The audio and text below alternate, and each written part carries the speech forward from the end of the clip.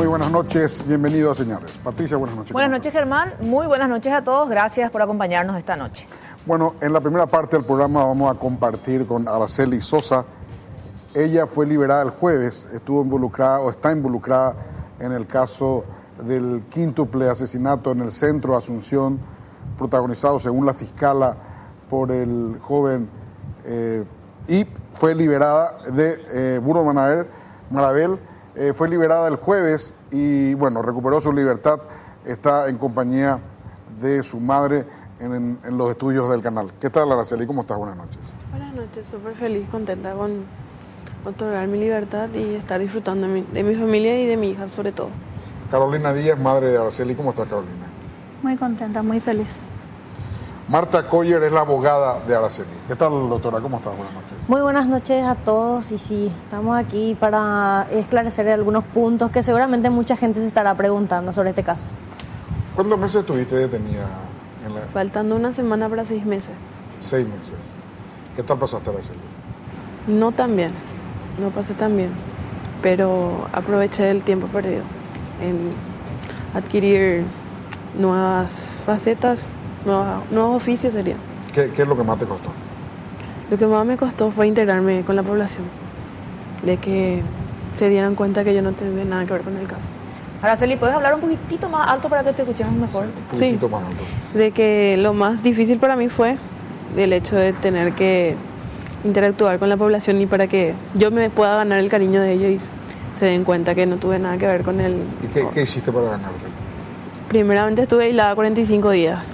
Yo Aislada totalmente.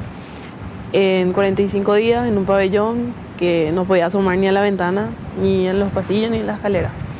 Luego mi líder, la que sería de mi pabellón, me llevó a la cocina y ahí fueron las chicas queriéndome. ¿Había un líder en tu pabellón? Sí, un líder, una delegada sería. Ella me llevó, se dio cuenta que me gustaba mucho lo que es la cocina y ahí empecé a ganarme el cariño de las chicas de la población.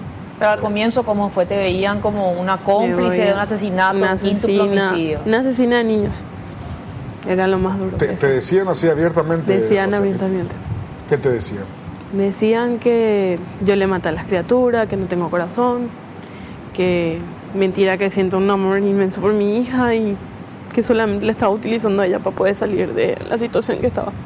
Ah, vos le hablabas de tu hija a ellos. No, ellos sabían por los medios que yo tenía una hija y que mi hija sufría mucho al saber que yo estaba en ese lugar. ¿En qué momento se daban esos encuentros que tenías con las otras reclusas? En los momentos que ellos iban a llamarles a las chicas que tenían visita.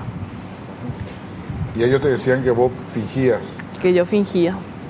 Que fingía todo, que solamente lo utilizaba como un espejismo a mi hija.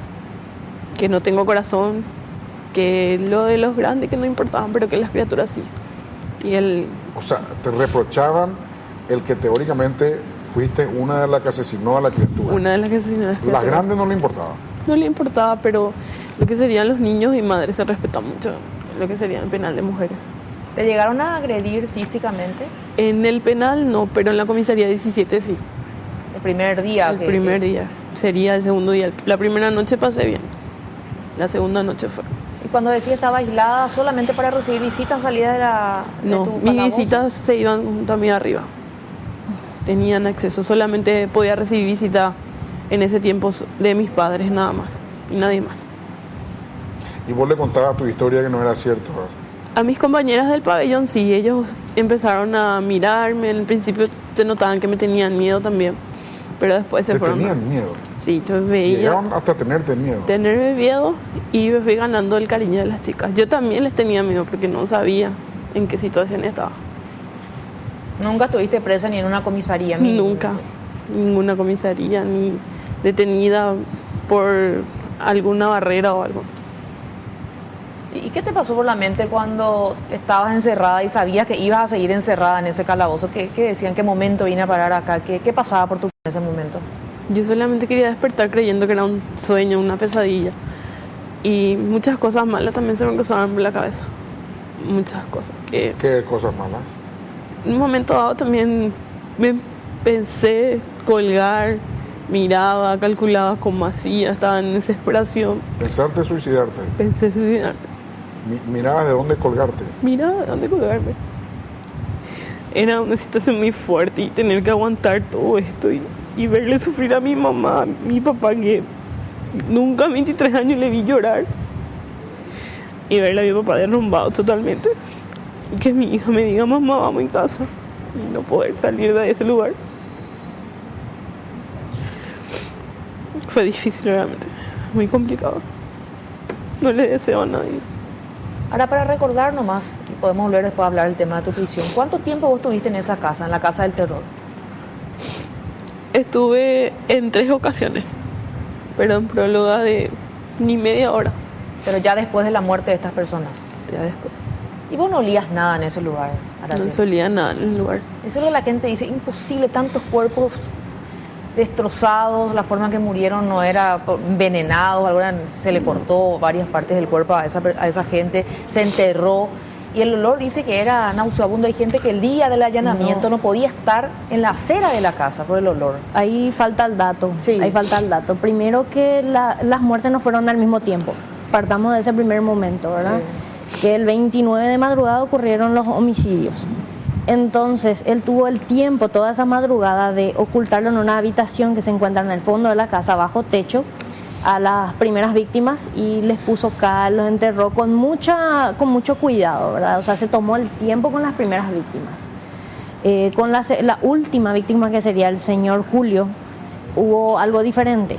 El señor apareció de tarde y, según las investigaciones, le sorprendió a Bruno Marabel que él esté ahí, porque él tenía una orden de restricción a su hogar. Entonces, según las pericias criminalísticas, a él no lo pudo enterrar con el mismo cuidado que las del fondo, y las enterró en la salida de la puerta, más o menos hacia el frente. Es por eso que ese se olía más. ¿En qué sentido? Ese domingo, el sábado fue que ellos estuvieron en una supuesta hamburgueseada, ¿verdad? Tuvieron 1 o 2 horas estuvieron en ese lugar. Esa vez que estuvo Araceli con su hermano. Con su hermano Marcelo. Por eso él estuvo preso también. Sí, justamente él solamente se fue a llevarla a ella al evento ese, y quedó pegado al proceso solamente por haberle llevado a ella, solamente por eso. Entonces el domingo, después de eso, hubo una lluvia torrencial. Y como ese cadáver, el último, no fue enterrado con tanto cuidado como los demás y no estaba bajo techo, empezó a tener olor, porque estaba superficialmente. Entonces es diferente la situación de los del fondo con los de atrás, ¿verdad? ¿Vos te fuiste después de ese último asesinato otra vez? Sí, yo me fui, cuando me fui con la fiesta con mi hermano, no se le llegaba a oler nada raro. Pero ¿acaso que él no ponía un aerosol? Diciendo que había un perro. No, el olor sí no olíamos. Nosotros solamente olíamos el perro del olor que tenía, que no se bañaba más. Él decía eso. Él decía, no huelen eso, y ponía cada rato el desodorante también, que sería Pero un nada. perro que no se baña no tiene tanto olor. Tiene olor cuando no le bañas. Yo sé, porque yo llegaba a juntar muchos perros en mi casa. Pero tanto olor como para poner aerosol. Se pasaba, nosotros pensábamos que tenía un tic nervioso, o solamente porque le gustaba el aroma y se pasaba haciendo y todo. ¿Pero cada cuánto él ponía el desodorante? Más o menos. Y no sé, en el tiempo, en la próloga que estuvimos con mi hermano, habrá puesto 6 veces por ahí. Ustedes tuvieron 1 hora y piquito más o menos. Sí. Partamos del primer punto, que si en la casa de alguien hay un olor llamativo, yo le digo, hay un olor. Y yo no le digo, vos tenés un cadáver oculto en tu casa. Vos, máximo por educación, no decís mucho. Además, no podés sospechar tampoco de qué se trata, ¿verdad? Y no porque yo esté en ese lugar, no me das una explicación racional y me dice, mis perros tienen olor, parieron recién. Bueno, yo no voy a andar indagando más de eso, de qué es el olor, ¿verdad? Y aclarando el punto, nosotros solamente estábamos en la sala, nunca pasamos para otras habitaciones, ni al baño, nada. ¿Ustedes llegaron a ver sangre en la alfombra? No. Porque él había dicho en un momento dado que la sangre que se encontró era del perro también, que había parido, y por eso había un poco de sangre. No, a mí no me llegó a hablar de sangre de él, de lo que sería el animal. ¿Y cómo lo notaban anímicamente en esa fiesta? Porque cuando eso él ya había asesinado, doctora, a toda la familia ya, ¿verdad? Sí, a toda la familia, porque fueron en 2 fechas, el 29 y el 2. 4 y 1. Exactamente. Justamente se están preguntando cómo fue que una sola persona cometió esos crímenes. Partamos de que la señora era una persona que consumía presumiblemente medicamentos, ¿verdad?, controlados.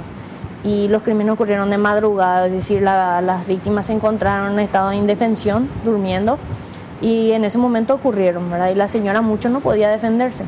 Y el señor Julio obviamente es una persona de edad. Este es un muchacho boxeador con cierto estado físico también, ¿verdad? Ahora quiero volver, Araceli, a tu tiempo de reclusión. Lo que más me impresiona es de que calculabas la altura de la viga para colgarte. Sí, mismo. ¿Eso compartiste con alguien más o no? No compartí con nadie, pero mi compañera de pieza se daba cuenta de la situación y cómo yo estaba actuando, cómo observaba mucho más el techo. Y ella se empezó a hablarme y a decirme. Y que ¿Te tocó el tema?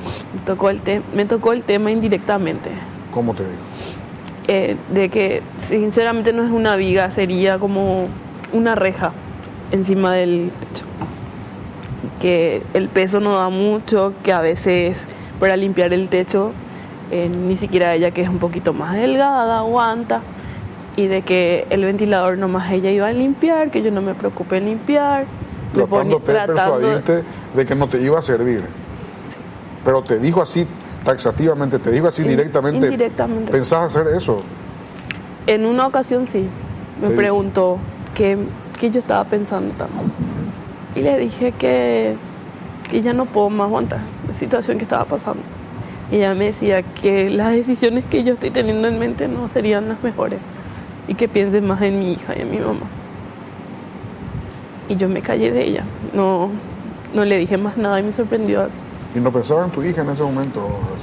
Pensaba en ella y porque quería algo mejor para ella. Imagínate que yo ahora me voy al súper con mi hija y salen las chicas, los clientes que están cuchicheando. Y en una de esas, ella estaba jugando, buscando un jugo y dice a una chica, mira, allá está la chica que le mató a las criaturas. Y mi hija, mira, yo me hago un embotado y me voy a la caja. Y cuando estaban al lado de la otra caja y me dijo, mamá, ¿por qué esas chicas dijeron que vos le mataste a unas criaturas? Y las chicas se quedaron sorprendidas. Yo le dije, mami, no le hagas caso. Están locas e inventan cosas.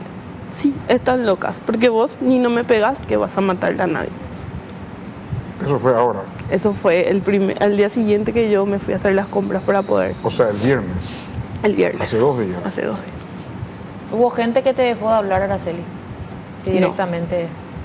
No, siempre mis amistades confiaron plenamente. ¿Y se iban a visitarte? Se iban a visitarme. ¿Y durante cuánto tiempo pensaste suicidarte? O sea, ¿en qué momento o por cuánto tiempo estuviste verdaderamente mal que llegaste a pensar en la posibilidad de quitarte la vida? Bueno, te digo, Germán, que los primeros días yo estaba súper tranquila. Estaba tranquila, estaba segura de mí misma. Llegué a dudar de todo esto y a desesperarme más cuando mi mamá se me acerca y me dice, hija, decime la verdad.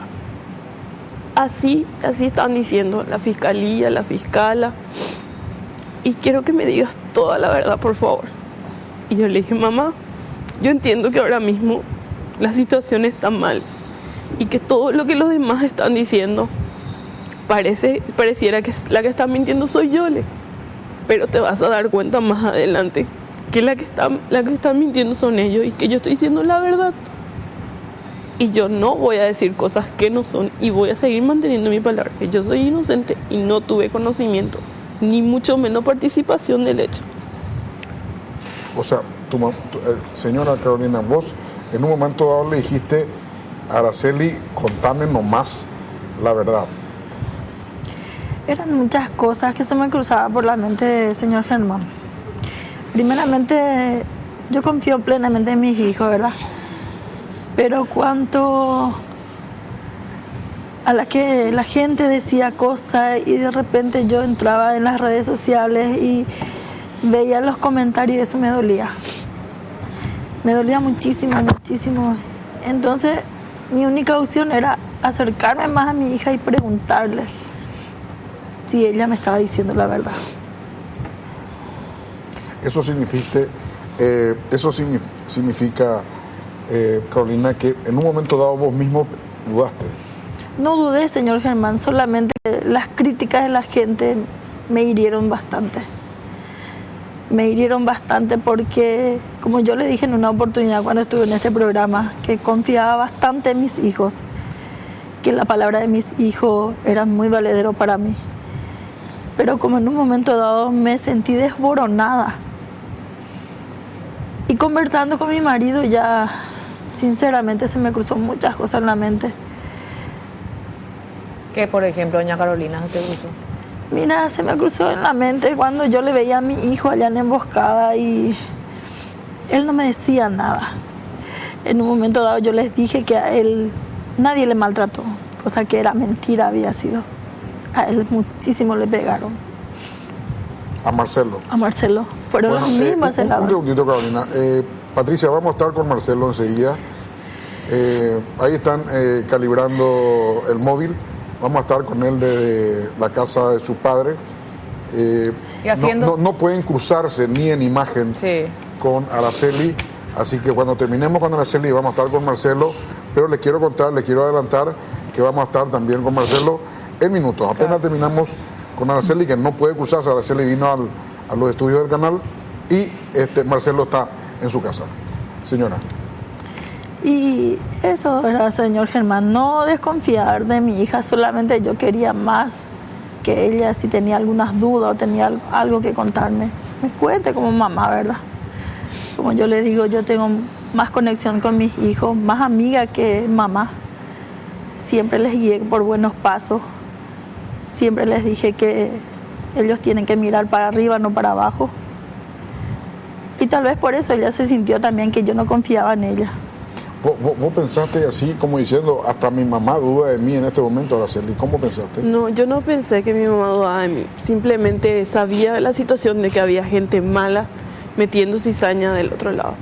En un momento dado, hasta a mi novio le dije las cosas y él me dijo, tu mamá y tu papá jamás van a dudar de vos. Yo no dudo de vos, pero sí hay gente que se pasan hablando de este tema. ¿Quién es esa gente mala que decís que mete cizaña y que...? Más por los comentarios que hacían, y siempre venía la que me contaba, era mi hermanita menor de 13 años, y me decía, mamá estuvo leyendo esto y esto, y le cuesta. Era ella la que más me contaba las cosas. Yo me sentía mal. Lo que salía en las redes sociales, entonces lo que más le afectaba a doña Carolina. Así mismo. ¿En qué momento, doña Carolina, te enteraste que tu hija tenía intenciones de suicidarse en algún momento, al menos que pensó de colgarse en su propia celda? Fue cuando una compañera de celda se acerca y me habla, porque todas me dicen mamá ahí, por lo que yo también gané una confianza bastante con ella. Y me dice, mami, queremos hablar contigo. Nosotras la estamos cuidando muy bien a Araceli, no te vayas a preocupar que ella no se va a sacar la vida. Y ahí me sorprendo yo porque yo no le veía a mi hija sacarse la vida, ni tampoco a mi hijo, ¿verdad? Yo sabía que la situación era muy pesada, sabía que mi familia en sí me apoya espiritualmente, pero imagínate con qué pensamiento, ¿verdad? De repente una madre que le saca muerta de ahí a su hija. Vos estabas luchando para que ella esté libre y te contaron eso. Sí, y le digo yo a las chicas, por favor, les pido que le cuiden como si fuera sus hijas, como el mayor tesoro que le tienen acá dentro del lugar. Nosotros los padres no le vamos a desamparar a ustedes tampoco, vamos a estar constantemente compartiendo como familia con ustedes. Y le agradezco infinitamente a todas esas chicas que le tomaron confianza a mi hija y le cuidaron bastante muy bien. ¿Y ahí qué hiciste con esa información, Carolina? ¿Le encaraste a Araceli? No le encaré. Traté de sostenerla espiritualmente. Lo único que yo le decía... Hiciste como que no sabías. Hice como que no sabía a Germán, porque también no le quería presionar a ella. Por lo que ya ella estaba encerrada y necesitaba de su familia, y no quería tampoco que ella se sienta más reprochada de lo que ya ella sentía, que nosotros no íbamos a confiar en ella. Y yo le decía, mami, vos tenés que pensar primeramente que tu hija es tu horcón, que tu hija es tu pilar, y detrás de tu hija somos tus padres, tus pilares. No te vamos a abandonar nunca, vamos a estar hasta el último contigo. hasta que el día que vos salgas del Buen Pastor te vamos a apoyar. Y no te preocupes de nada, que nosotros, tus padres, cualquier cosa vamos a hacer para traerte y para sostenerte aquí adentro. ¿La comida cómo era, Araceli? Lo que sería la comida, mis padres me llevaban a mí lo que eran para mi alimentación. Ah, tu padre. Sí. ¿Los 6 meses? Los 6 meses siempre me llevaron. Yo nunca comí comida de la institución, por muchas razones. Todos los Aplauso. días. Todos los días mis padres me llevaban y yo compartía con mis compañeras. Aplauso, Carolina. Así. Nunca me desampararon, me dejaron sin el pan de cada día. Yo vi mucho sufrimiento en muchas chicas que de repente se iban y veían que tenías visitas y te decían, ¿me puedes dar un jabón, por favor? Y regalaban un jabón y que partieran en 6 pedazos para compartir otra vez con sus demás compañeras de pieza. Porque la situación en la cárcel no es nada buena. Yo le juzgaba mucho a la gente sin saber. Y al estar en la situación, vi lo que es la necesidad, y más con las extranjeras, mucho más que no con las extranjeras. Como él. Que algunas tengan una alimentación muy diferente y que una comida en una institución que son 500 internas apenas se cocine para 120 y que cuando se van forman la fila y llega el momento, porque yo trabajé en la cocina los primeros meses, y que le tengas que decir a tu compañera, terminó la comida. Y terminaba. Terminaba la O comida. sea, 300 y pico se quedaban sin comer. Ni 150 no alcanzaba para la comida. Y después en lo de salud hay mucho de qué hablar también. Que te sientas mal o tengas un dolor de muela y solamente te den un cetamol. Y no te hacen nada. A mí me costó mucho, yo casi me morí estando en el Buen Pastor. No por suicidarme, sino porque me agarró una hemorragia. Y por no tener un custodio, no me podían llevar a ningún hospital. Por no tener un custodio. Teníamos que tener un alguien que te custodio, no, custodio policial aparte. Claro. Si yo me iba a ir en un lugar, sí o sí tenía que tener un custodio policial. Y que tus compañeras del pabellón se estén manifestando enfrente de lo que sería la dirección para que te puedan sacar al hospital. Se manifestaron, Sí. gritando. Hablando con la directora, y la directora no tenía al tanto de la situación que estaba pasando conmigo. ¿Y después cómo se resolvió? Se resolvió sin problema, me llevaron, la directora dio la orden porque la licenciada no quería firmar el poder para que yo pueda salir en el ¿Quién hospital. era la licenciada? No recuerdo el nombre, pero es una licenciada No, enfermera. pero ¿qué cargo tenía? Enfermera. Ah, enfermera. Y que no te esté firmando un poder y diga, yo no me hago responsable si esta chica intenta fugarse o algo. Y le decía a la directora, ¿cómo en la situación que está no puede caminar ni media cuadra? Por tanto que ya se desangró, se va a querer fugar. Y al les- final saliste, Exacto. sin custodio. Con los custodios serían con las guardias de cárcel y serían 3 hombres más, el chofer y 2 custodios más. ¿Cuánto Pero- tiempo estuviste internado? ¿Algunas horas nada más? No, solamente sería que me llevaron para unos estudios y era cuestión de días. Estuve en observación un rato, después ya me empezaron a medicar porque el medicamento que me tenían que aplicar por orden de la ginecóloga que ya me revisó en el penal no había. ¿Estás bien, Araceli, verdad? Estoy bien. Podemos hacer una pausa y seguimos. Sí. ¿Sí? Vamos a hacer una pausa, Patricia. Bueno. Hacemos una breve pausa y continuamos. ¿A qué hora saliste? Salí a las 5:30 aproximadamente. De la tarde. Sí. ¿Qué sentiste apenas recuperaste tu libertad? Yo no creía.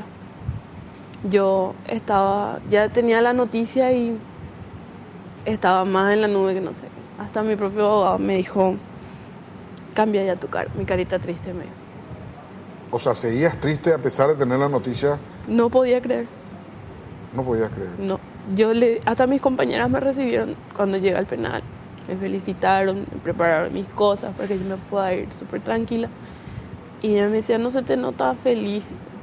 Lo que pasa es que no estoy creyendo. Cuando esté en mi casa voy a creer. O sea, no creías. No. ¿Vos le llegabas a ver a tu hija en este periodo? ¿Le llegaste a ver? Sí, fue muy difícil tener que explicarle la situación en que estaba. ¿Y llegó a entender ella, Araceli? Ella, por ejemplo, llegó a decaer en un momento dado de mí porque yo le estaba mintiendo. En todo momento le mentí. Le dije que yo estaba en una escuela. Y ella entró en una escuela católica donde tienen un hogar de niñas. Y yo le conté la situación, que yo estaba en un internado, que era una escuela. Estaba aprendiendo y de que ella podía ir a visitarme y en ese tiempo podía quedarse conmigo mi hija.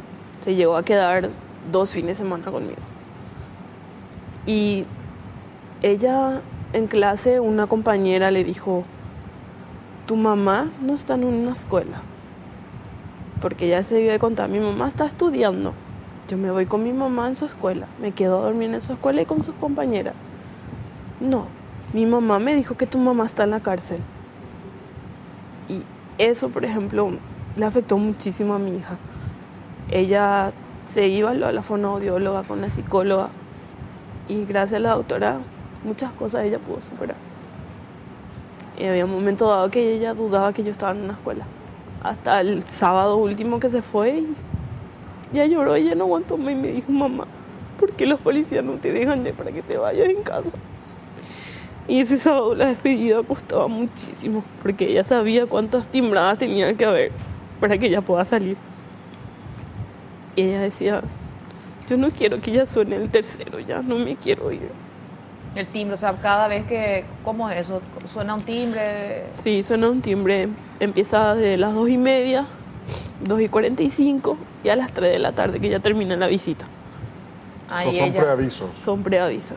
y ella te decía que no quería que llegue el Que tercer llegue el timbre. tercero.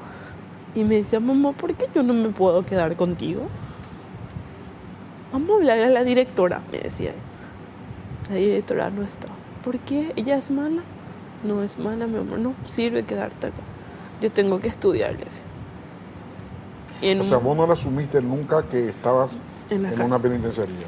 No, Y ella, a pesar de que su compañerita le dijo, ella llegó, tampoco ella no te encaró nunca a vos. me llegó a encarar una vez, el último fin de semana que se quedó conmigo. Ahora, ¿qué pasó? No, ella se llegó a quedar en 2 ocasiones en la próloga de cuando estuve 1 mes y medio después y fue 15 días nuevamente que volvió a quedarse. En el último fue cuando ella estaba en mi regazo y ella me dijo, tú te vayas a preocupar, mamá. Mi tío ya va a salir de su escuela un lunes y vos vas a salir un viernes, me dijo. Y empezó a llorar, me dijo, ya muy pronto vamos a estar en casa así sentada. Se durmió en mi brazo y mi compañera estaba haciendo un trabajo conmigo y ella también se puso a llorar. Y me dijo, tienes que hablarle a tu mamá porque las niñas de su escuela o del hogar capaz están diciéndole cosas y que le están haciendo muy mal a ella. Lo peor es que las madres crueles le dicen eso a una pequeña de 5 años para que sabe perfectamente que va a repetir a tu hija o cualquiera, ¿verdad? Sí. Meter a una criatura en esto. ¿Y supiste quién fue? Sí supe, ¿Supiste quién fue Araceli? sí supe. Sé O quién sea, ¿sabés quién es la mamá que le dijo a su hija, cuya hija le dijo a la tuya? y que siguen haciéndole bullying a mi hija. Mi hija no se quiere ver en la escuela ahora, más sabiendo que yo ya salí. ¿Y puede decirme quién es? No, ¿Un colegio católico me decías que en era? un colegio católico en San Lo Juan. que pasa es que nosotros jugamos con la imaginación de mi nieta, justamente para que ella no sea Claro. afectada. Como ella tiene una imaginación, entonces nosotros le seguimos esa imaginación. Y nosotros, los abuelos, le decíamos que era una escuela de internas nada más, ¿verdad? Yo le agradezco a las profesoras también que supieron trabajar con ella el año pasado, tanto la del jardín como la de preescolar, le dieron un buen soporte. Pero como decís, hay mamás crueles que le llenan de cosas la cabeza a los chicos, ¿verdad? Y muchas veces no podemos evitar eso. Pero como este año ella es mucho más abierta en su mentalidad, ya fueron entendiendo las cosas. Y eso también a mí me afectó bastante, ese sábado último que nosotros nos fuimos junto a ella. Y eso fue la que a mí prácticamente me dejó mal y me sentí mal. Y ese viernes que el doctor Candia, Néstor Candia me llama, me dice, fuerza señora, no decaiga que de esto ya estamos por salir. Y yo pensando en mi nieta tengo que ser fuerte, porque no es nada fácil, no es nada fácil.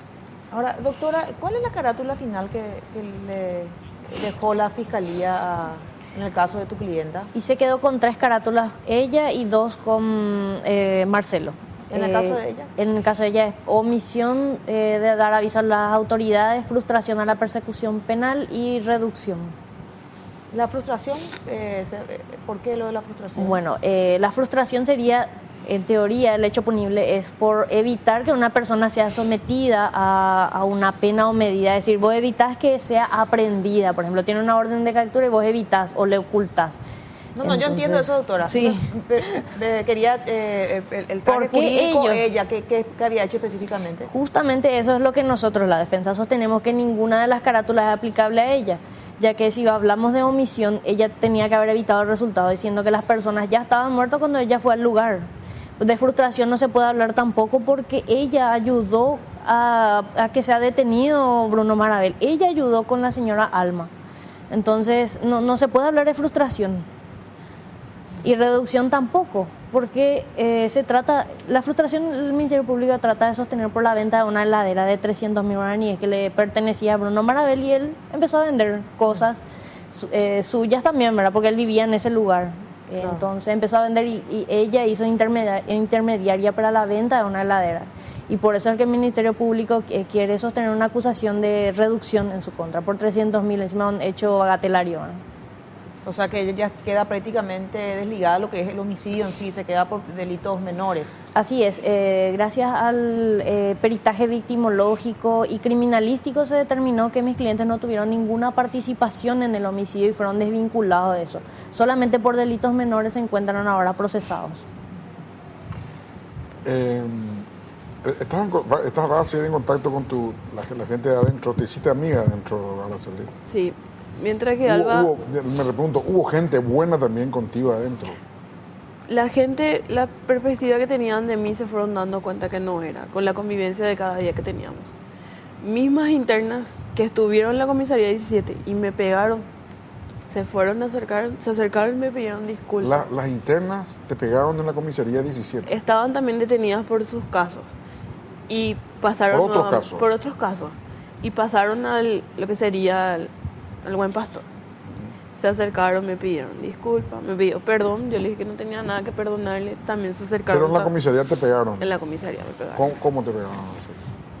Fue difícil porque yo me daba cuenta que ellas... ¿Te pegaban porque vos teóricamente habías sido el asesino? No por el hecho de asesinato, sino que había una persona intermediaria que le gustaba que las chicas se peguen entre sí. ¿Hay una persona? La misma comisaria. La comisaria es la comisaría 17. La misma. ¿Qué hacía? ¿Le gustaba que ustedes se peguen? Sí, ella es la que incitaba y decía, esa chica está porque le mató a las criaturas. Y más que se veía en la tele, se iban haciendo los comentarios y ni siquiera nos dejaban comer porque nos servían la comida y las chicas sacaban lo que era de ellas y yo y Alba cuando teníamos que irnos a servirnos nuestra comida porque siempre éramos las últimas que teníamos que servirnos del plato, las chicas empezaban a escupir, hacer de todo para que nosotros no comamos. Hasta lo que mi mamá me llevaba. ¿Quién es la comisaria? En ese entonces. En ese entonces, no sé si continúa, sería Martina. El apellido no recuerdo. Hasta lo que mi mamá me llevaba, ella no me entregaba lo que sería la comida. Mi mamá me llevaba... Yo conozco lo que sería su trabajo de ella porque ella trabaja en una cantina en una escuela. Y llevaba y le daba a las chicas que estaban en el calabozo conmigo y le decían, vengan, les compré para que coman. Y le pasaba y ni siquiera era capaz de decir, ¿quieres comer o algo? Entonces yo les decía, ese es el trabajo de mi mamá. No, mi mamá me trajo eso. No, esas son cosas que yo compro, de mi bolsillo me sale eso. La comisaria. La comisaria. Pero tenés que contar quién es. Martina, no recuerdo el apellido. ¿Comisaría cuál dijiste? La 17. De mujeres. De mujeres, no, voy a buscar. Hasta lo que mis amistades me llevaban. No, me llegó una noche, me llevó una compañera de época de colegio, pizza y gaseosa. Me llevó 2 pizzas y una gaseosa. Y no hizo llegar todo. Esta Martina. Patricia, ¿podemos dar tu número de teléfono? O que nos escriban al... Hay un número que podemos dar acá del canal, a ver si me está... tenemos Cuando nos escuche el señor director, mejor vamos a ver ya número. quién es la Martina. 0986 80 11 58. Sí, ¿qué querés ahí? 0986 80 11 58. Sí, es la producción Si pueden la audiencia ayudarnos a saber quién es esta comisaria, ¿verdad? Hay que saber, hay que saber. Mañana los muchachos le van a preguntar Martina en las Trinidad, radios. ¿puede ser? Le van a Martina preguntar si Trinidad, esto es podría cierto. ser. Martina Trinidad, ¿te suena? Sí. Tenía pelos cortos. Pelo corto. Poner la imagen a ver si te sale. A ver, Martina Trinidad, dice la comisaría 17 de mujeres. Sí. Dice según la información, pero no tengo la foto. Voy a buscar la foto. Pero poné en buscador y poné imagen y ahí te va a salir. Ya pongo acá. Es una lástima, señor Germán, que ella como autoridad tenga que actuar así, ¿verdad? Me supongo que debería de decirle, bueno, tu mamá te trajo esto, si querés compartir, puedes compartir con tu compañera de celda. Cosa que yo siempre le digo a mis hijos que la comida hay que compartir para que Dios pueda bendecir y te pueda dar el doble. ¿Tenemos enlace con Tengo Marcelo o no?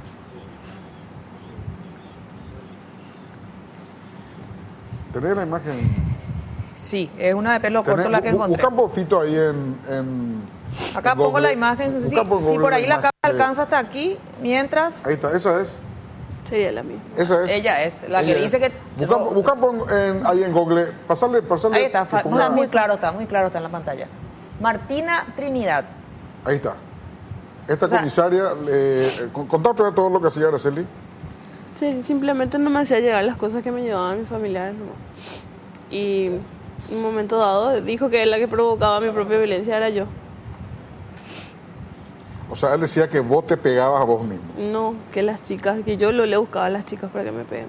Ah, que vos le buscabas a la chica para que le pegue. Pero ella te ponía con el grupo de las chicas y cuando vos estabas con las chicas, ella le decía a las chicas, ella la Nosotros estábamos todos en la celda. Y ella iba a la celda a instigar a las otras para sí, que te llevaba peguen. cigarrillos y cosas así. Porque estaba prohibido, solamente en el momento que le pasa tenían que fumar las chicas. Te voy a decir teóricamente lo que esta comisaria me dijo a mí cuando yo le pregunté por qué los golpes, por qué permitió ella que le golpearan a mi hija. Porque ella esa tarde-noche que yo me fui a llevarle para su cena y para su parte de higiene, toallas, jabones, cepillo, colino, cosas que le sacaron todo ahí. Le dejaron a ella con la ropa puesta nada más y le digo, ¿cómo se puede permitir eso? Y me dice, yo no soy niñera de nadie, no voy a poder cuidarle a ellas porque están todas juntas. Tenemos, Fito, la imagen para poner en pantalla esta comisaria, por favor. No hay internet. Estamos. Eso es lo más triste, ¿verdad? Sí. Yo no digo que sea niñera de nadie, pero yo creo que habiendo personales suficientes van a poder controlar un poquito eso. Carolina, ¿y vos le preparabas la comida a tu hijo y a Araceli? A los dos, A Marcelo y a Araceli. así mismo. A los dos. Todos los días. Hace 6 meses. Nosotros los padres tratamos de irnos intercalados. Si mi marido se iba en emboscada, yo me iba junto a Araceli. Si jueves mi marido se iba junto a Araceli, sábado yo me iba junto a Marcelo. Pero ni un día de visita de tu Nos hija y de tu perdimos. hijo dejaron de ir. Nos perdimos ni un día. ¿Cómo se solventaban económicamente tu marido y vos? Mira, cuando eso teníamos todavía, ya iba terminando las clases, ¿verdad? Teníamos todavía la cantina y después nosotros también trabajamos en la costanera. Tenemos ventas de gaseosa y tratamos de trabajar en lo que sea, ¿verdad? Porque el trabajo no es deshonra.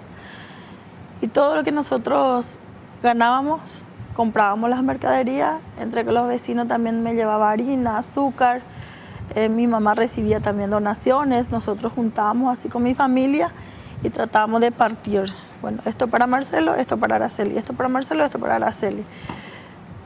Y nada en casa, todo era para ellos. Si sobraba un poquito, dejábamos para los chicos.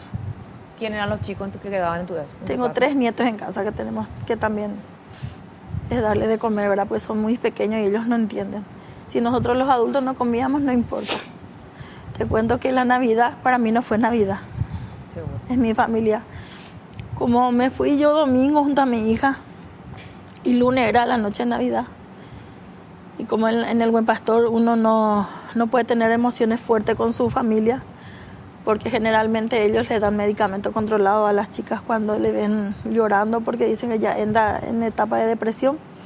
Entonces yo le digo a mi marido, yo me voy a ir domingo junto a Araceli para que ella no se sienta tan mal. Y lunes nos vamos junto a Marcelo, como allá es un poco más liberado y por lo menos podemos abrazarle y llorar juntos. Entonces el domingo yo me fui, le llevé todo lo que era para su cena, para su comida, y lunes nos fuimos junto a Marcelo. Para mí fue pésimo el año pasado de la noche de Navidad. Lo único que hice fue sentarme enfrente de mi niño Jesús y rezarle y pedirle a Dios que toda esta tempestad se acabe, porque yo no le deseo a nadie. ¿Y tu Navidad cómo fue, Araceli? Mi Navidad fue tener que llorar si iba a llorar en mi celda nada más. Pero no me puedo quejar, mis compañeras de pabellón estuvieron contemplando, estuvieron dándome apoyo. No fue nada fácil, pero tampoco no fue nada malo. Fue como me dijeron ellos, es una experiencia más, y cuando estés pasando una Navidad con tu hija, con tu mamá, tu papá, vas a decir, tengo que pasar muchas Navidades más con ella, porque sé lo que no es pasar, lo que no, en el momento de no pasar, y no tener el abrazo de mi hermano, no saber qué tal pasó. Bueno, hablando del hermano, Araceli, tenemos problema con el enlace. ¿No? Ya no hay caso. No hubo caso entonces. Bueno, Araceli, en 10 años, 15 años, ¿qué le va a decir a tu hija? La verdad. Le voy a decir la verdad, porque no va a faltar una persona mala que le diga, tu mamá se fue a la cárcel. Cuando mi hija tenga el uso de razón, le voy a contar mi experiencia. Y si llego a ser súper protectora con ella, contarle por qué. Yo sé que mi hija va a entender. Y tenés novio, ¿verdad? Sí. ¿Y tu novio qué dice? Siempre estuvo conmigo. En un momento dado, la prensa decía que yo era la amante de Bruno. Él no dudó nunca de mí. Y siempre me dio su apoyo. ¿Cuánto tiempo andabas ya con él hasta que en el tiempo que fuiste presa? ¿Cuánto ya era el tiempo que estabas de novia? Ya 4 años, 6 meses ya. Y el día que vos fuiste era un sábado, ¿verdad? De noche a la casa de Bruno, ¿no? Con tu hermano. Sí. ¿Y dónde estaba cuando eso tu novio? Mi novio estaba trabajando. Mi novio es el que tenía que irse conmigo. Pero ya. por cuestiones laborales no se fue. Y mi hermano me acompañó. Y esa noche, ese rato te consultaba, ¿cuál era la forma, cómo se comportaba Marabel cuando ustedes estaban en la casa? Aparte de poner 6, 7 veces el desodorante de ambiente, ¿cómo le veían? ¿Le habían preocupado? Estaba tranquilo. Nunca ni ibas a imaginarte las cosas que hizo o sí hizo. Porque él siempre fue una persona que demostraba interés en otras personas, en querer ayudar, preocupado, era excelente en el trabajo. Jamás me imaginé que todo esto iba a pasar. Y en un corto lazo que le conocía recién, que me venga a hacer esto. Fue difícil, pero todo se puede superar. ¿Qué medidas tiene ella, doctora, aplicadas por la Fiscalía? Y ahora tiene medidas básicas, prohibición de salir al país, prohibición de portar armas, de consumir bebidas alcohólicas. Tiene la obligación de residir en un lugar que es en San Lorenzo, porque ellos vivían con sus padres, Marcelo y Araceli. Y en este momento tiene la prohibición de comunicarse por cualquier medio con cualquiera de los imputados, es decir, obviamente ninguno con lo otro, ¿verdad? Y los hermanos tuvieron que desarraigarse por esas medidas, ¿verdad? Tuvieron que separarse de su casa, lo cual fue muy duro para ellos, ¿verdad? No sé cómo, cuando salí a explicarle a su mamá que ellos tendrían que vivir en casas diferentes, su mamá, a mí me conmovió bastante que la señora entró en llanto, ¿verdad? Porque no sabía cómo decirle, no señora, es una medida judicial por una cuestión de seguridad, porque la justicia trata de que los implicados no se estén contando información entre ellos o poniéndose de acuerdo para mentir. Claro. Pero en este caso, como son personas que están sometidas a un proceso tan delicado y con sinceridad, la investigación fue enorme por parte de la fiscal Esmila Álvarez y con sinceridad la felicito por la super investigación que hizo, ¿verdad? pero hasta hoy tenemos ciertas medidas por seguridad. Se trata de un caso delicadísimo.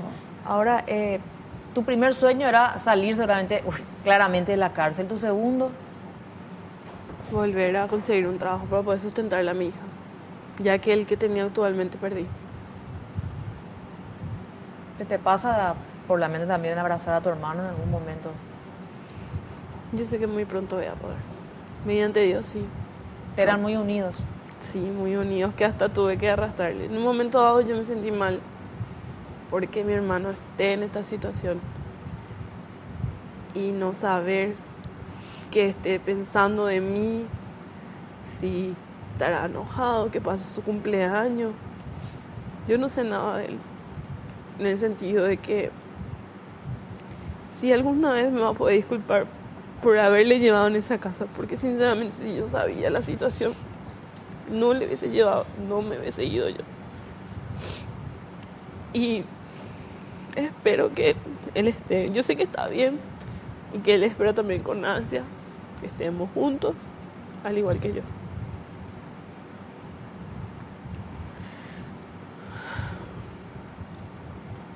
Voy a estar más aliviada, doña Carolina, ahora. Estoy mucho más aliviada, pero como dice mi hijo, lo que pasa es que tengo 5 hijos. Los crié todos juntos, los sigo teniendo todavía en mi casa.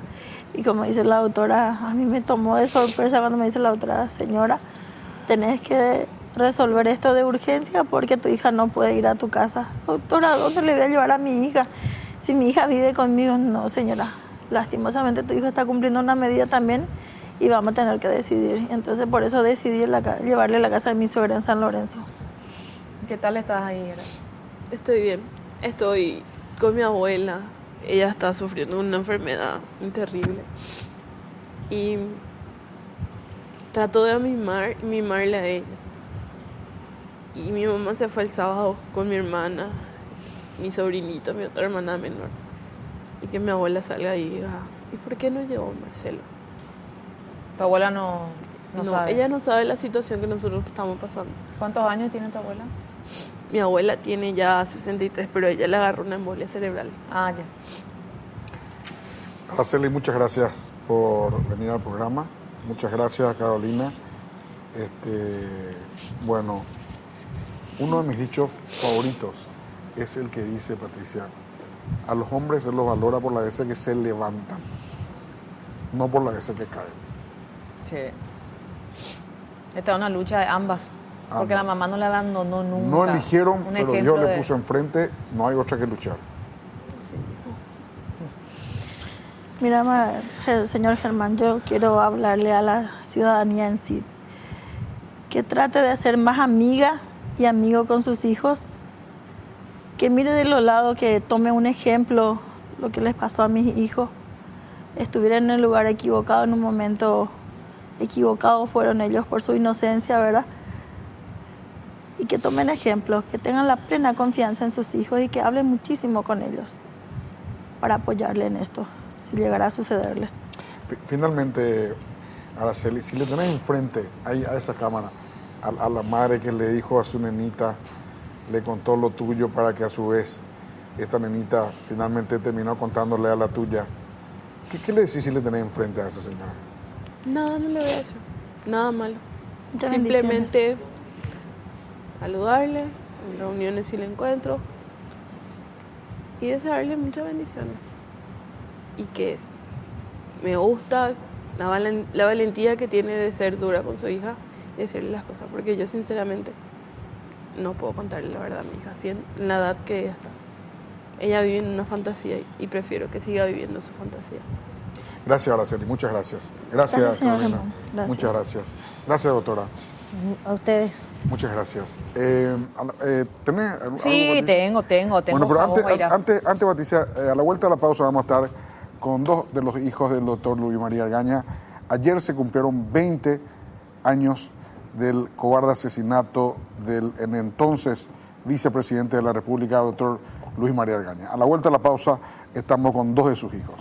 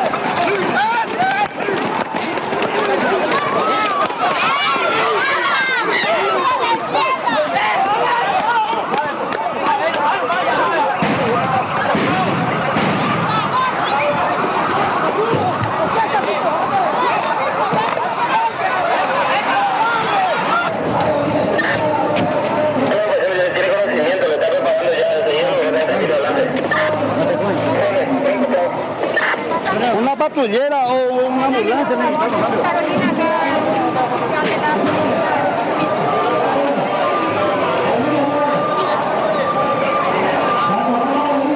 A mí me salpicaje. Mira, mira, mira. Esto es el pueblo de Cuba, una mierda. Ahí está, ella es tu camarada. Tu camarada le pegó. ¡Policía, cobarde! ¡Cobarde! ¡Agujero! ¡Médico! ¡Ahí viene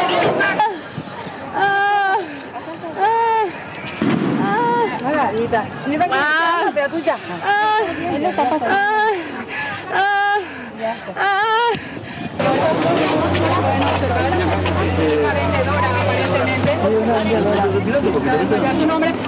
Aire, aire, aire. ¿Cómo se llama? La señora. La señora, la señora. Isabel. Isabel.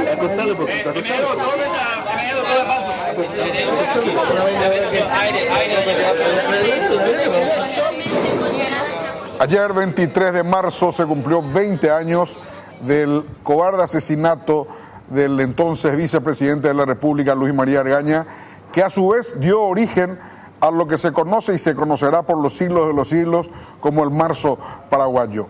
El pueblo paraguayo, manifestado en una plaza, finalmente derrocó a un gobierno en ese entonces, en ese año, en ese mes. Vamos a compartir con dos de los hijos, de los 9 hijos que tuvo el vicepresidente de la República, Luis María Argaña. Nelson Argaña, buenas noches, ¿cómo estás, Nelson? ¿Qué tal, Germán? ¿Qué tal, Patricia? Buenas noches. Un placer. José Emilio Argaña, buenas noches, ¿cómo estás? ¿Qué tal, Germán? Después de mucho tiempo nos vemos. Me alegra saludarte otra vez. ¿Qué tal, Patricia? Contento de compartir contigo. Bueno, ayer estuvieron recordando en la Recoleta. En la Recoleta, Portón 5, Panteón Argaña, sobre Mariscal López. Y bueno, ¿cómo están los hermanos, Nelson? ¿Cómo le recordaba a tu papá? Y realmente, papá era una persona que vos le conocías, Germán, valiente, impertérrita, corajuda y en algunos casos temerario, ¿verdad? En algunos casos era temerario. Y realmente yo veo cuando ocurre lo que ocurre dentro de la democracia paraguaya, cuando ya Argaña hablaba del Mercosur, Argaña hablaba de la plutocracia, que todo lo que decía Argaña se está cumpliendo. O sea, esa era una premonición que tenía Argaña, un conocimiento ya que conocía y sabía lo que iba a ocurrir a 20 años. Ahora mucha gente le da la razón a Luis María Argaña, que ya realmente me llena de orgullo a mí, Germán, cuando le dan la razón a Luis María Argaña después de 20 años, ¿verdad? Lamentablemente siendo que él no esté vivo, ¿verdad? ¿Y cómo le recuerdan los hermanos, Nelson? Y todo con cariño, con afecto. Papá era una persona que nos cuidaba todo por igual, ¿verdad? Y nos protegía, nos llamaba como estábamos, nos ayudaba en nuestro trabajo, ¿verdad? Yo tenía mi profesión y todos teníamos nuestra profesión y papá permanentemente estaba atento a nuestros trabajos, ¿verdad?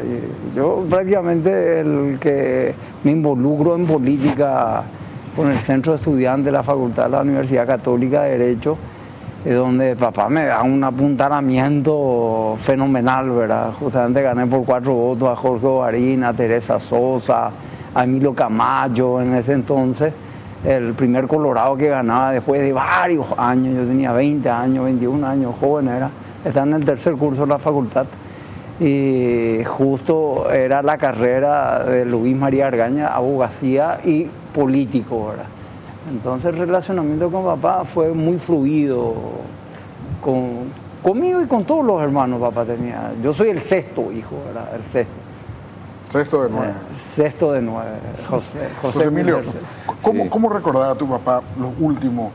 O sea, él creo que sale el martes 23 de marzo de su casa, creo que a las 7:15, 7:20 de la mañana, se dirige a la... ¿Vos cuánto estuviste con él la última vez?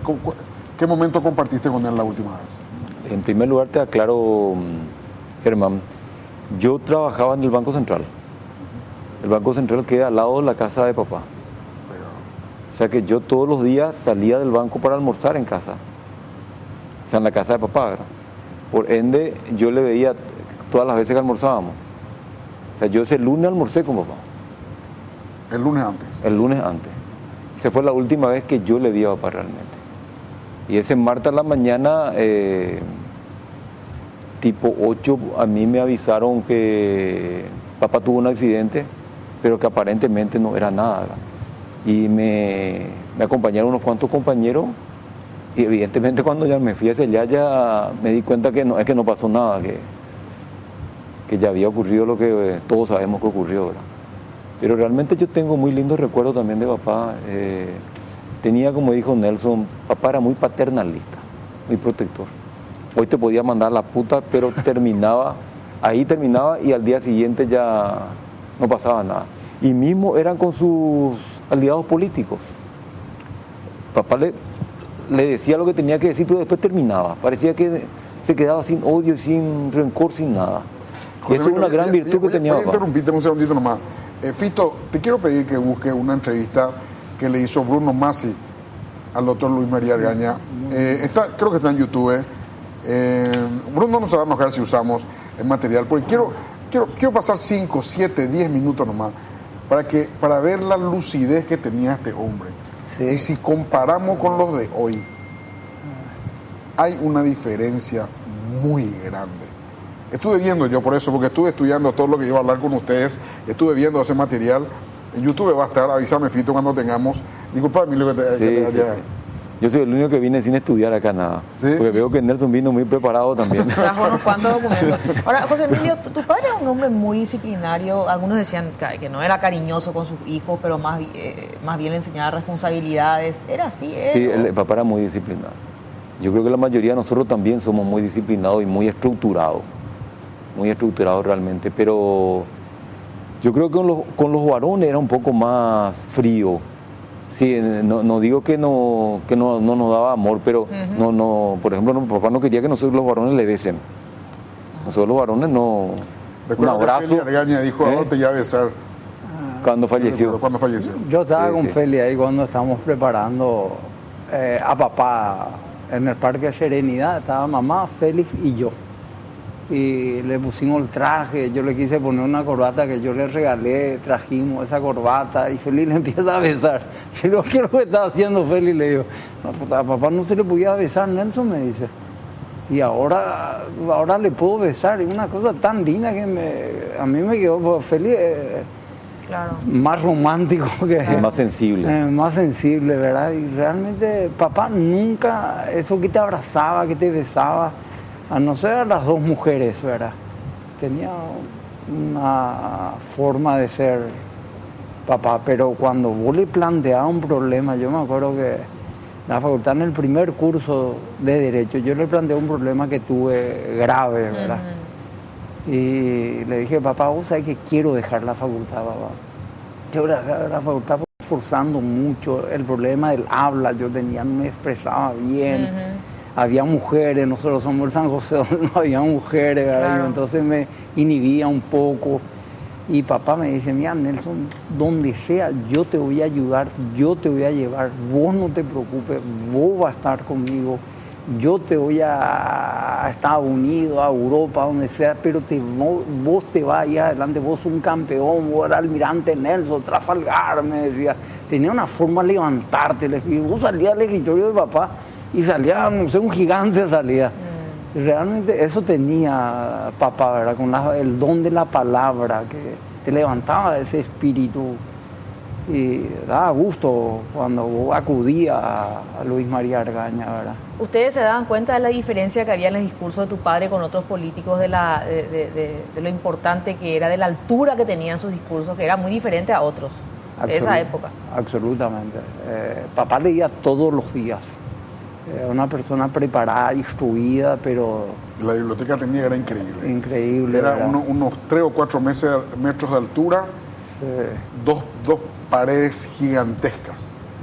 Eso siempre le llamó la atención a la gente. Una escalera que se movía y ahí se subía. Una escalera móvil así.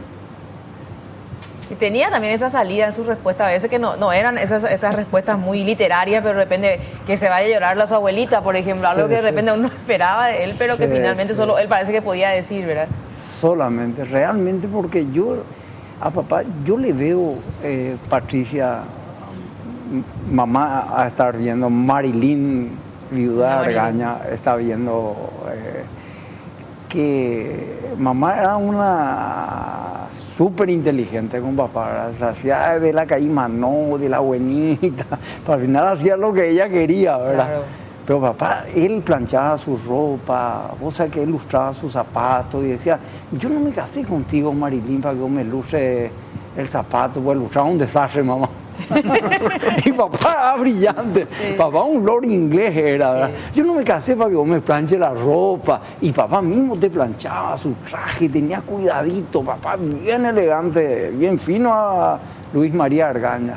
Y a mamá, no, Marilyn, déjanos, yo no me casé eso pues, contigo, ¿verdad? Y nos reímos mucho entre los hermanos ahora, claro. Mamá, anécdota, ¿verdad? Pero papá muy fino en su vestir también, ¿verdad? Pero él mismo ordenaba su ropero, ¿verdad? Ahora, José Emilio, en esos días previos al magnicidio, ¿ustedes sospechaban algún ambiente turbio? No que iba a haber un magnicidio, pero por lo menos sentían que en el ambiente la cosa no estaba bien y que... Bueno, evidentemente se sentía. Yo creo que toda la ciudadanía se daba cuenta de que el gobierno de Cuba tenía los días contados. Se hablaba del juicio político a Cuba y por ende la situación estaba bastante caldeada en el país. Ahora nosotros jamás, yo por lo menos, ¿verdad? No, y no sé Nelson ni los demás hermanos, pero creo que ninguno de los hermanos nos imaginamos que podría llegar a esto, realmente. Así es. Ahora, bueno, lastimosamente el himno ya no está, ¿verdad? Pero la jugada era muy fácil. Eliminar a Argaña, convocar elecciones que ya se convocaron. Se convocó. Oviedo asumía y era presidente. Era de manual. En tercer grado podía armar ese manual. No hacía falta ser tan lúcido. Vamos a hacer una breve pausa y continuamos. Bueno, señores, José Emilio, Nelson, hemos encontrado un video de Luis María Argaña. Sí, señor. Yo quiero poner, sí, porque para ver un poco cómo era este hombre y si hacemos una comparación. Las comparaciones son odiosas, pero también tenemos que mirar atrás para ver lo que teníamos en ese momento y lo que tenemos hoy. Porque de esa forma, si vemos la diferencia, vamos a poder exigir que alguien llene y que ocupe ese lugar de una persona tan lúcida como Luis María Argaña. A ver ese video. La satisfacción de compartir un intercambio de opiniones aquí contigo, Masi. Muy agradecido por la invitación. Bien, doctor, tenemos aquí en nuestra mesa de tareas este libro suyo, Un modelo de gobierno democrático para el siglo XXI, fruto de esa enriquecedora experiencia por universidades norteamericanas, dando conferencias. ¿Nos podría contar un tanto más de lo que fue aquello? Evaluar un tanto esa visita, esa experiencia a Estados Unidos. Digamos, más que interesante, apasionante y curricularmente muy importante. Porque evidentemente dictar conferencias en Georgetown University, en la American University, o en la Universidad de Florida, son cenáculos académicos demasiado importantes y trascendentes.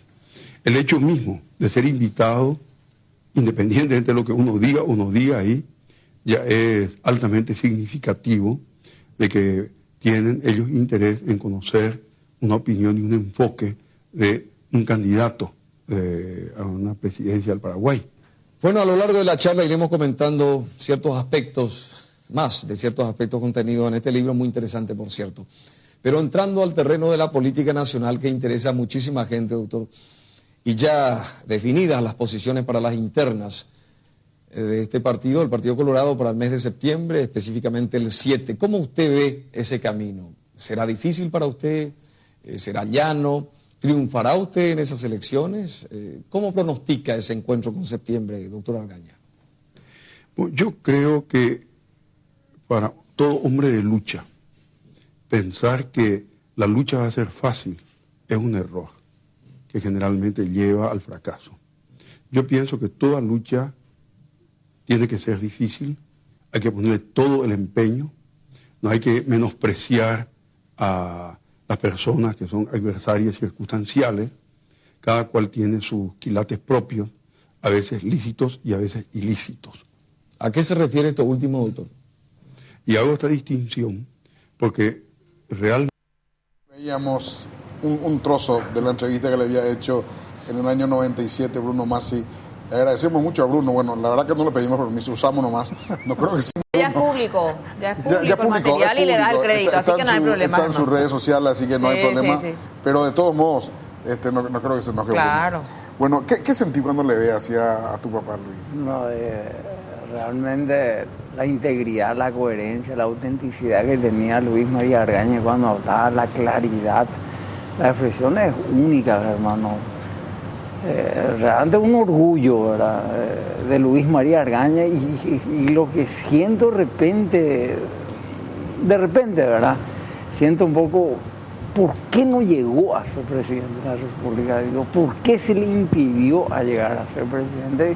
Y son cosas de la vida, ¿verdad? Me suele pasar en la mente eso, que hubiese sido otra la historia, sobre todo en el 92, si no se le hubiese robado las elecciones en el 93, hubiese sido presidente, hubiese sido otra la historia, Germán, del Paraguay. Eso es lo que me llega y de repente siento un poco de rabia en ese sentido, cuando le veo tan preparado a una persona tan ilustrada como era el doctor Luis María Argaña, ¿verdad?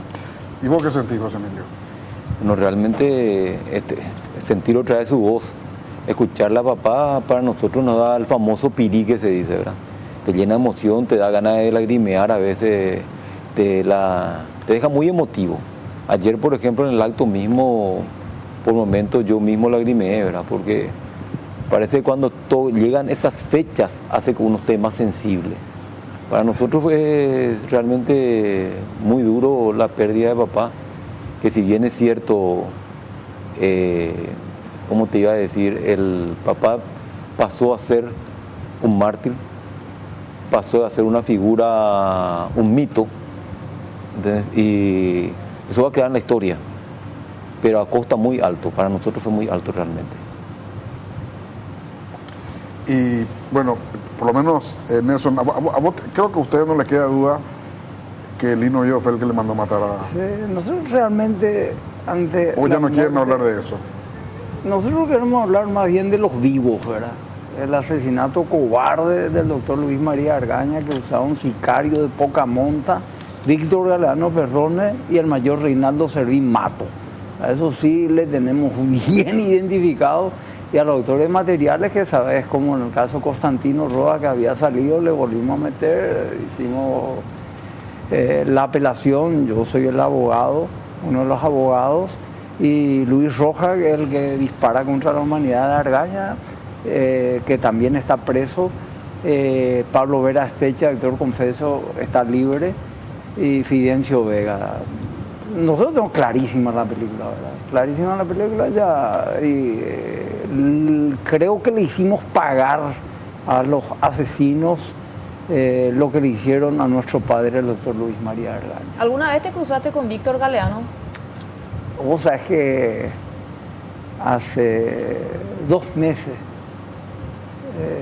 la primera vez que me... ¿En 20 años? En 20 años. ¿Y qué pasó? En 20 años. Fue un casamiento, el casamiento del hijo de Christian Heisecker, que ahora está enfermo. Raúl.